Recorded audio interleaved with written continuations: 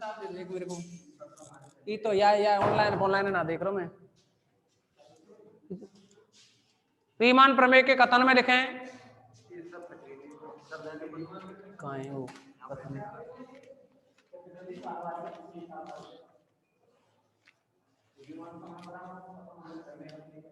कल कुछ अधूरा चल रहा था क्या आपकी क्लास में?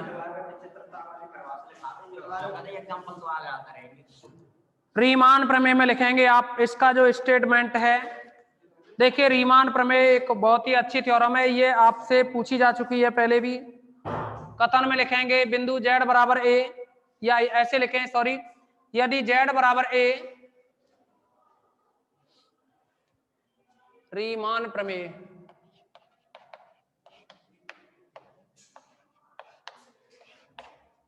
इसमें लिखेंगे आप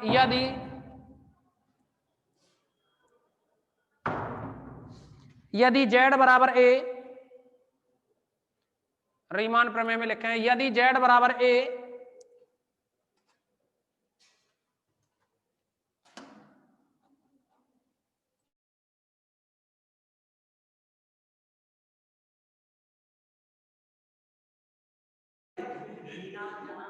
यदि z बराबर a फलन f ऑफ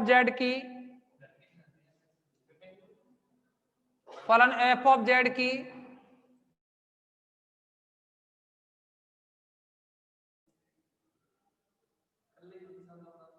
वियुक्त विचित्रता हो,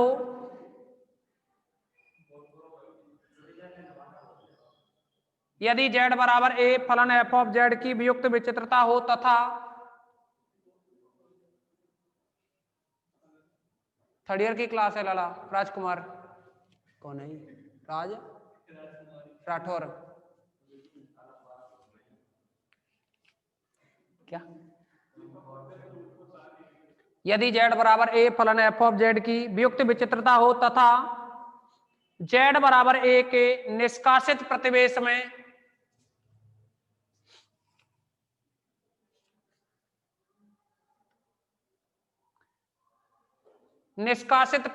में मोड f ऑफ z परिबद्ध है,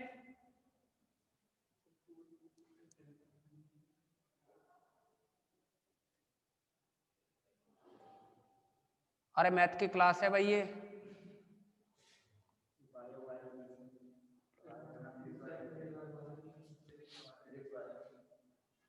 क्या?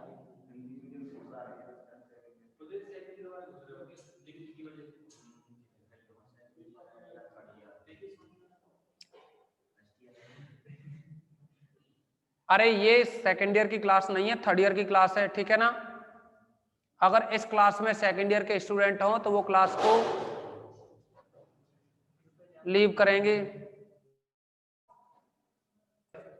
हाँ तो अब सभी थर्ड ईयर के स्टूडेंट है ना, इसमें थर्ड ईयर मैथमेटिक्स की क्लास है, अगर कोई भी स्टूडेंट एक्स्ट्रा हो इसमें बीएससी थर्ड ईयर मैथमेटिक्स के अलावा तो वो क्लास को लेफ्ट कर दें। तो आप लिखेंगे इसमें रीमान प्रमेय, आप लिखेंगे सभी इसमें रीमान प्रमेय, और रीमान प्रमेय का कथन एक बार रिपीट कर देते हैं हम, और ये है रीमान प्रमेय का कथन, यदि z बराबर a फलन f ऑफ z की, यदि z बराबर a फलन f ऑफ z की वियुक्त विचित्रता हो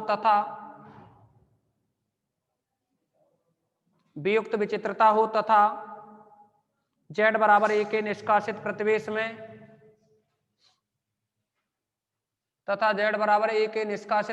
में मोड f ऑफ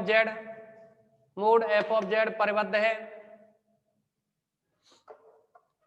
तो a एक अपने विचित्रता है, तो a अपने विचित्रता है। आपको हमने लिखाया था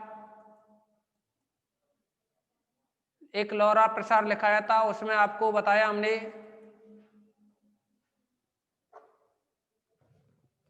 कि f of z equal to sigma n equal to 0 to infinite a n z minus z naught की पावर n जेड नोट लिख दो या ए पॉइंट लिख दो जेड नोट की जगह, plus sigma n equal to 1 to infinite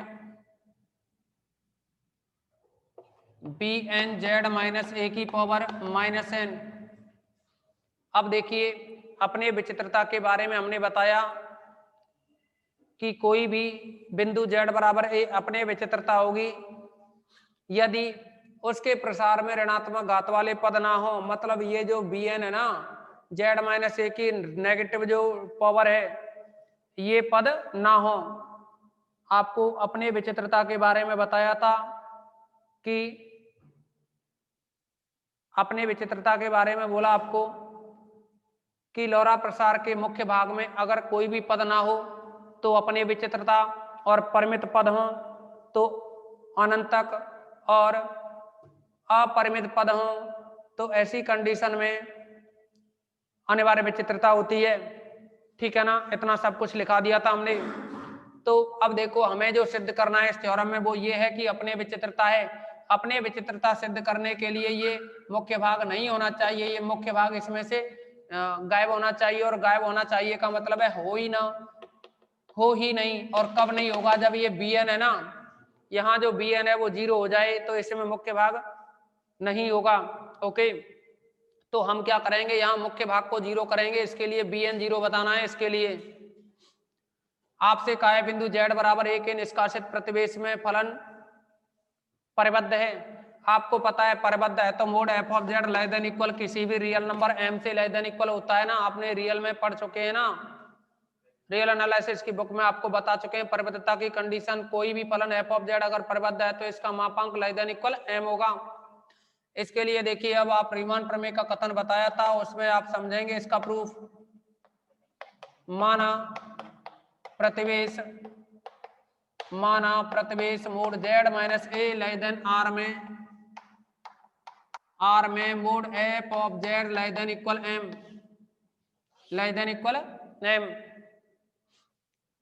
तो ये तो हो गया इसमें प्रतिवेश mod z minus a less than r में mod f of z less than equal m, तथा वृत्त C mod z minus a equal to rho, कोई वृत्त लिया है जो कि रो त्रिज्या का है लेकिन रो का मान आर से छोटा है। रो का मान क्या है, आर से छोटा। तब एफ ऑफ जेड का लोरा प्रसार, इस एफ ऑफ जेड का जो लोरा प्रसार बनेगा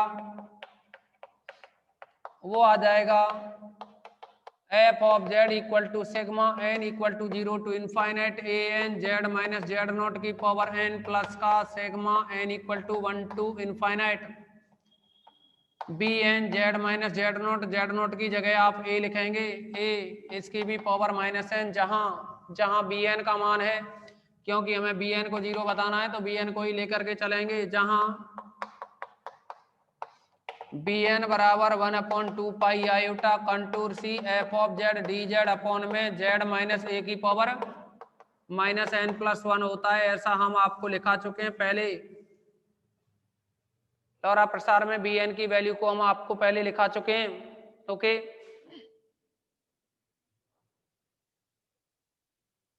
हाँ इससे पहले कुछ भी नहीं कराया है। देखिए किसी भी बच्चे का पूछना है इससे पहले कुछ कराया है क्या, अभी कुछ नहीं कराया है, आज क्लास लेट थी, अभी ये रीमान प्रमेय को ही बस स्टेटमेंट को लिखाया है। ओके, तो ये बी एन का मान है। अब देखो आप यहां समझेंगे कि जो रो है ना, रो, ये जो रो है ये बहुत ही छोटी त्रिज्या है। क्या है, बहुत ही छोटा मान है। अब रो बहुत छोटा है तो इसका मतलब रो टेंड्स टू 0, और जो जब ये रो बहुत ही अत्यधिक न्यून है तो बी एन का मान इस पर निर्भर होगा नहीं। तो आप लिख सकते हैं यहां चूंकि रो अत्यधिक न्यून है,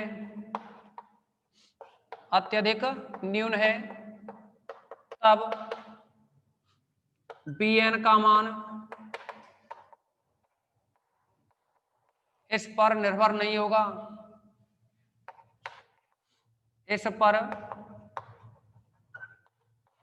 निर्भर नहीं होगा। ओके। अगर बी एन का मान इस पर निर्भर नहीं होगा तो मोड बी एन निकालें, और मोड बी एन का मतलब है 1/2 पाई आयोटा का मापांक contour C f of z d z upon में जेड माइनस ए की पावर माइनस एन प्लस 1, इसका भी मापांक। आप अलग अलग मापांक करें, आयोटा पे मापांक लगाओगे तो 1 बनेगा। 1/2 pi contour C f of z d z upon में मोड जेड माइनस ए की power minus n plus 1। Okay. अब आप देखेंगे इसमें b n equal to mod b n equal to, आप यहाँ एफ ऑफ जेड की जो वैल्यू है ना, जो कि है लेस देन इक्वल एम, तो मोड एफ ऑफ जेड की value less than equal M आएगी, उसको यहाँ 1 की जगह लिख सकते हैं। तो ये बना less than equal M upon 2 pi. और देखिए ऊपर है mod d z, mod integration में मोड डी जेड अपॉन में जो व्रत है मोड जेड माइनस ए, इसका मान है यहाँ रो, तो रो लिखेंगे रो की power minus n plus 1, rho की पावर माइनस एन प्लस 1। यह बनेगा less than equal M upon 2 pi contour C. अच्छा देखिए यहाँ चलो रो को हम पहले निकाल लेते हैं, कांस्टेंट है ना, तो ये बना 1 अपॉन रो की पावर माइनस एन प्लस 1,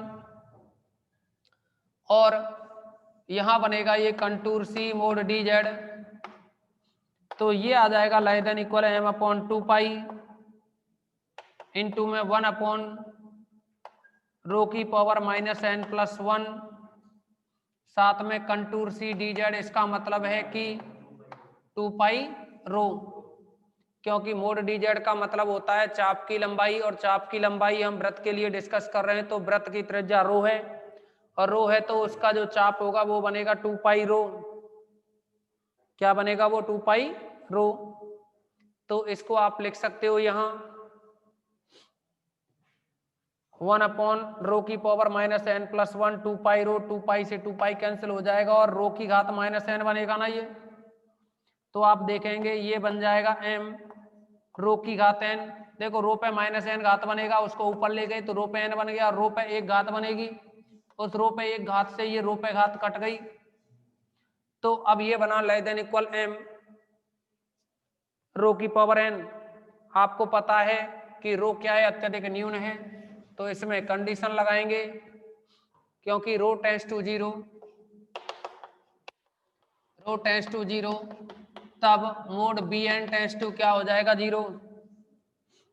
रो का मान जीरो की ओर अग्रसर है, तो यहां जो बी एन है ना, मोड बी एन, यहां जो मोड बी एन है वह एम रो की पावर एन के इक्वल है, तो यहाँ रो जीरो रखोगे तो ये टोटल जीरो के इक्वल हो जाएगा बी एन, और जब ये बी एन जीरो हो जाएगा तो इसका मतलब अगर ये बी एन जीरो हो गया यहाँ से, मोड बी एन जीरो है, तो ये तभी होगा जब बी एन जीरो हो, और अगर बी एन जीरो हो गया तब जो एफ ऑफ जेड बनेगा, अगर देखिए यहाँ बी एन जीरो हो गया इस लौरा प्रसार में, अगर बी एन जीरो हो गया तो ये बचेगा बस धनात्मक घात वाले पद बचेंगे, यानी एन की जगह 0 1 2 3 रखेंगे तो ये बनेगा a0 प्लस का a1 जेड माइनस ए प्लस का a2 जेड माइनस ए स्क्वायर प्लस का a3 जो भी है। अब आप देखेंगे इसमें ऋणात्मक घात वाला कोई भी पद नहीं है, अगर ऋणात्मक घात वाला कोई भी पद नहीं है तो हम कह सकते हैं कि z बराबर a अपने विचित्रता है, z बराबर a अपने विचित्रता है, अतः z माइनस ए की ऋणात्मक घात का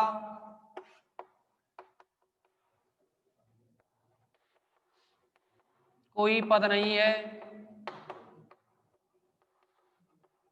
तब z equal to a f of z की अपने विचित्रता है, अपने विचित्रता है। आप सभी इसका स्क्रीनशॉट लेंगे,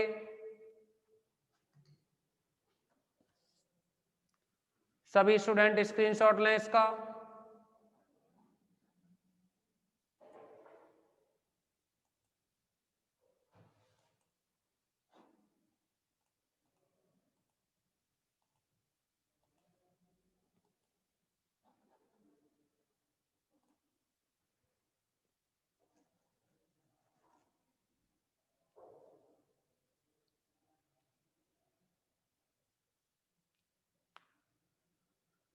20 और 7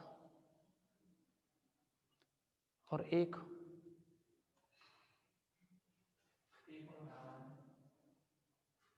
कौन है?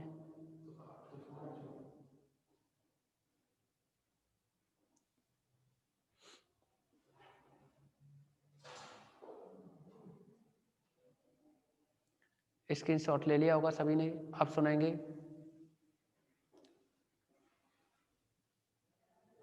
इसमें कुछ और भी थ्योरम्स हैं, बट उनको अगली मीटिंग में रखेंगे। आपको उन थ्योरमों को करने के लिए इसकी आवश्यकता पड़ेगी, जो अभी अभी रीमान थ्योरम कराई है आपके लिए, ठीक है ना।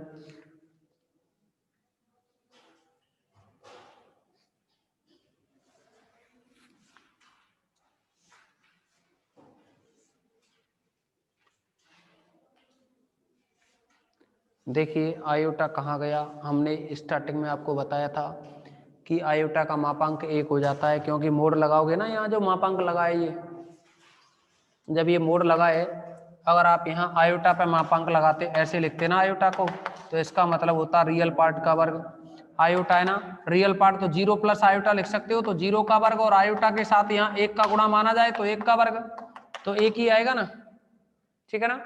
वो वहां गया आयोटा के आयोटा। अब आप क्या करेंगे सभी स्टूडेंट, कुछ डेफिनेशन लिखेंगे, और एक तो प्रमेय है कैसोराती, और उससे पहले एक और प्रमेय है। ये 2 प्रमेय बचाएंगे जिनको हमें कराना है अभी, लेकिन इससे पहले एक हेडिंग डालें। ये दोनों थ्योरम आपको कल की मीटिंग में रखेंगे एक साथ, क्योंकि ये थ्योरम ही एक जैसी हैं, इसीलिए दोनों को एक साथ फ्री करेंगे। ओके, अब आप लिखेंगे इसमें विश्लेषक फलन के शून्यक,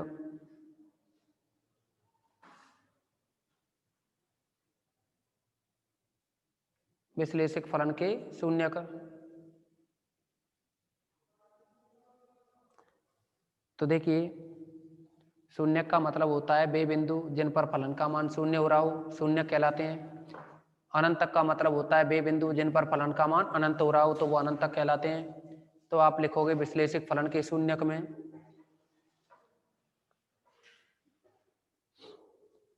यदि z के किसी मान के लिए,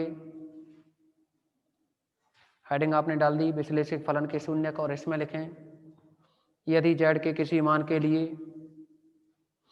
फलन f ऑफ z का मान, यदि z के किसी मान के लिए फलन f ऑफ z का मान शून्य हो जाता है,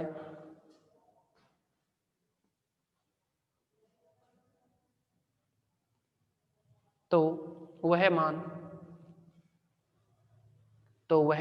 फलन f ऑफ z का, तो वह मान फलन f ऑफ z का शून्यक कहलाता है।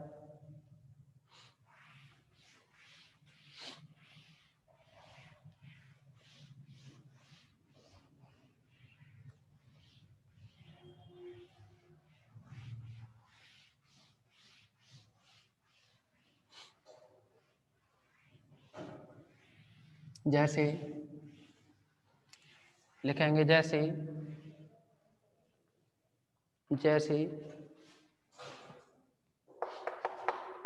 f of z equal to z minus 1 z minus 2 के शून्यक z इक्वल टू 1 2 है। ओके, ये इसके शून्यक हैं, ये इसके शून्यक हैं।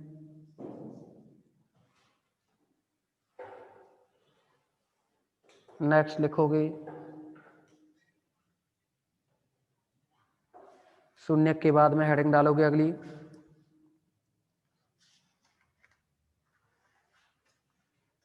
या एक काम करो, अभी अनंत तक की फलन और लिखाने हैं, लेकिन उससे पहले आप कुछ महत्वपूर्ण पॉइंट रखोगे जिनको याद करना है। लिखो, हैं तो थ्योरम पर पेपर में नहीं आती है ये थ्योरम, लेकिन काम की हैं। लिखोगे फलन के शून्यक वियुक्त बिंदु हैं, फलन के शून्यक मोस्ट पॉइंट क्या, वैसे ऐसा कुछ काम नहीं आएगा, बस थोड़ा बहुत काम आएगा क्वेश्चनों में।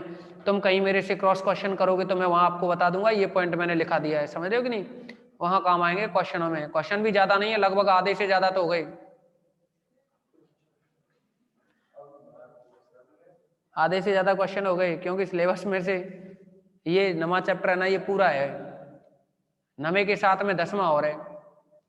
अब 10वां इतना नहीं है, 10वां है कौशी अवशेष प्रमेय आती है वहां तक, बस वो होते ही आपकी यूनिट हो जाएगी कंप्लीट। थोड़ा सा इसमें बच्चा है, 1 दिन की तो 2 थ्योरम बची हैं और 2 दिन का मैटर और बचा है, यानी आज के बाद 3 दिन, यानी इस वीक में ये कंप्लीट है चैप्टर, ठीक है ना। तो आप लिखेंगे इसमें पहला पॉइंट फलन के शून्यक वियुक्त बिंदु हैं, दूसरा लिखोगे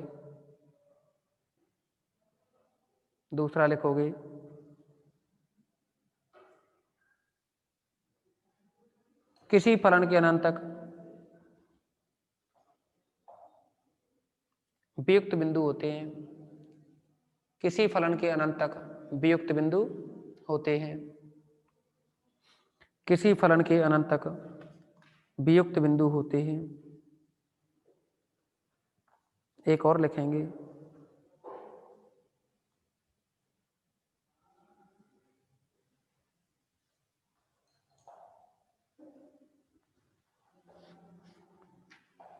विश्लेषिक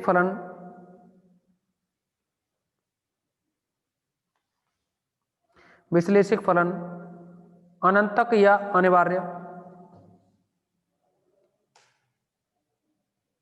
विश्लेषिक फलन अनंत तक या अनिवार्य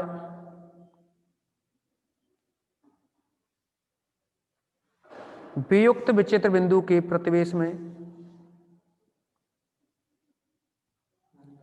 अनंत तक या अनिवार्य वियुक्त विचित्र बिंदु के प्रतिवेश में परिबद्ध नहीं हो सकता।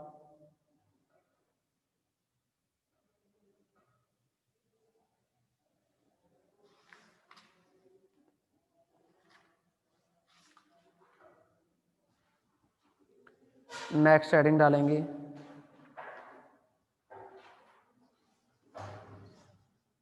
सर्वत्र विश्लेषिक फलन, सर्वत्र विश्लेषिक फलन, सर्वत्र विश्लेषिक फलन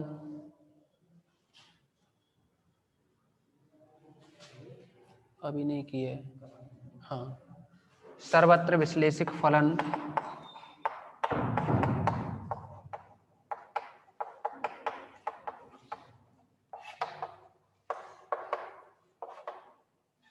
ओके। अब आप क्या करोगे, इसको, इस डेफिनेशन को लिखने से पहले एक बार रिजॉइन करेंगे सभी।